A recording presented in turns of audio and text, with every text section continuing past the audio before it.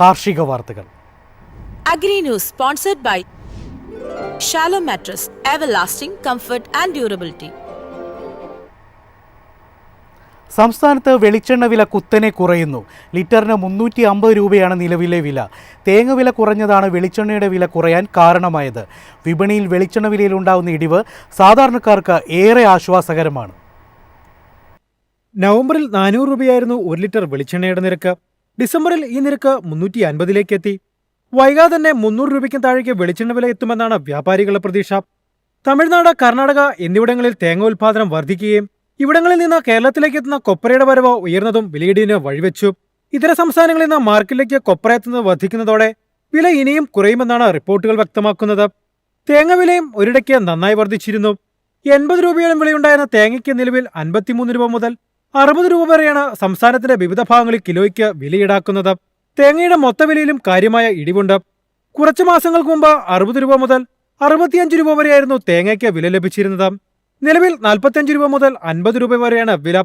പച്ചത്തേങ്ങ മാർക്കറ്റിലേക്ക് വലിയ അളവിൽ എത്തുന്നതിനാൽ ഇനിയും തേങ്ങാവില ഇടിയുമെന്നാണ് മലഞ്ചരക്ക് വ്യാപാരികൾ പറയുന്നത്.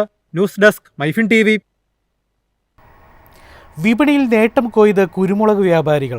ചെറുകിട വ്യവസായികളും അച്ചാർ നിർമ്മാതാക്കളും മൂപ്പ് കുറഞ്ഞ പച്ചക്കുരുമുളക് ശേഖരിക്കാൻ തുടങ്ങിയതോടെ കുരുമുളകിന് നേട്ടമായി.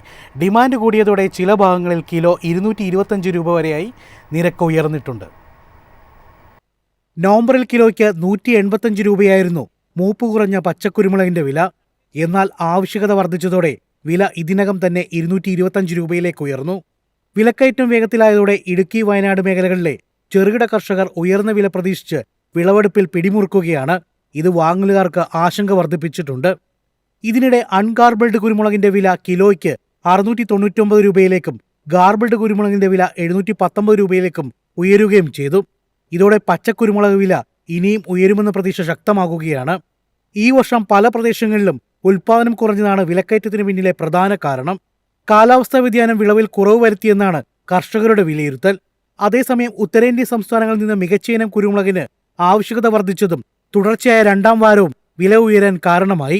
രാജ്യാന്തര വിപണിയിൽ ഇന്ത്യൻ കുരുമുളകിന് ടണ്ണിന് $8,250 നിലവിലെ വില. News desk MyFin TV. വിപണിയിൽ നേന്ത്രവാഴ വില ഉയരാത്തത് കർഷകരെ ഗുരുതര ആശങ്കയിലാക്കുന്നു. ഉൽപ്പാദന ചെലവ് പോലും തിരിച്ചു കിട്ടില്ലെന്ന നിലയിലാണ് ഇപ്പോഴത്തെ വിപണി. കിലോയ്ക്ക് 40 രൂപ നൽകി ഉപഭോക്താക്കൾ നേന്ത്രപ്പഴം വാങ്ങുമ്പോൾ കർഷകർക്ക് ലഭിക്കുന്നത് 18 മുതൽ 25 രൂപ വരെ മാത്രമാണ്. വിപണിയിൽ നേന്ത്രവാഴ വില ഉയരാത്തത് കർഷകരെ ആശങ്കയിലാക്കിയിരിക്കുകയാണ്. കുറഞ്ഞ വിലയ്ക്ക് വാഴക്കുലകൾ വിറ്റഴിക്കേണ്ട അവസ്ഥയിലാണ് കർഷകർ. സാമ്പത്തിക പ്രതിസന്ധികൾക്കിടയിലും കടം വാങ്ങിയും സ്വർണം പണയം വെച്ചുമാണ് കർഷകർ ഏത്തവാഴ കൃഷി ഇറക്കിയത്. സകല വിളകൾക്കും വിലയില്ലാതെ വന്നതോടെ കർഷകരുടെ അവസാന പ്രതീക്ഷയായിരുന്നു ഏത്തവാഴ കൃഷി. ഈ വർഷം ആദ്യം കിലോയ്ക്ക് 50 രൂപ വരെ വിലയുണ്ടായിരുന്നു. പിന്നീട് വില ഇടിയുകയായിരുന്നു. കർണാടകത്തിലും മറ്റും വ്യാപകമായി നേന്ത്രവാഴ കൃഷിയുണ്ട്. ഇതാണ് വിലയിടിവിന് കാരണമെന്ന് പറയുന്നു. പാട്ടത്തിനെടുത്ത ഭൂമിയിലാണ് പലരും കൃഷി ഇറക്കിയത്. വായ്പകൾ വാങ്ങി പണിയെടുത്തവർ ദുരിതത്തിലാണ്.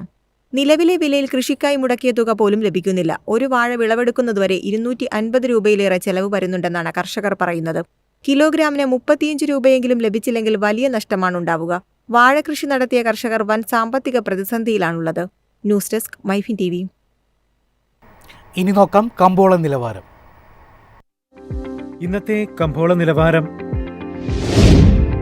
RSS 4 185, RSS 5 181, ലാറ്റക്സ് 129, ജാതിക്ക 330, ജാതിപത്രി 2100, ഗ്രാമ്പു 900, അടയ്ക്ക 280, കാപ്പിക്കുരു 200, കൊക്കോ പരിപ്പ് 380, കുരുമുളക് ഗാർബിൾഡ് 70,000, കുരുമുളക് അൺഗാർബിൾഡ് 69,000, ഏലക്ക 2,300 മുതൽ 2,400 വരെ, വെളിച്ചെണ്ണ 31,300, കൊപ്ര 18,950, ചുക്ക് 28,000.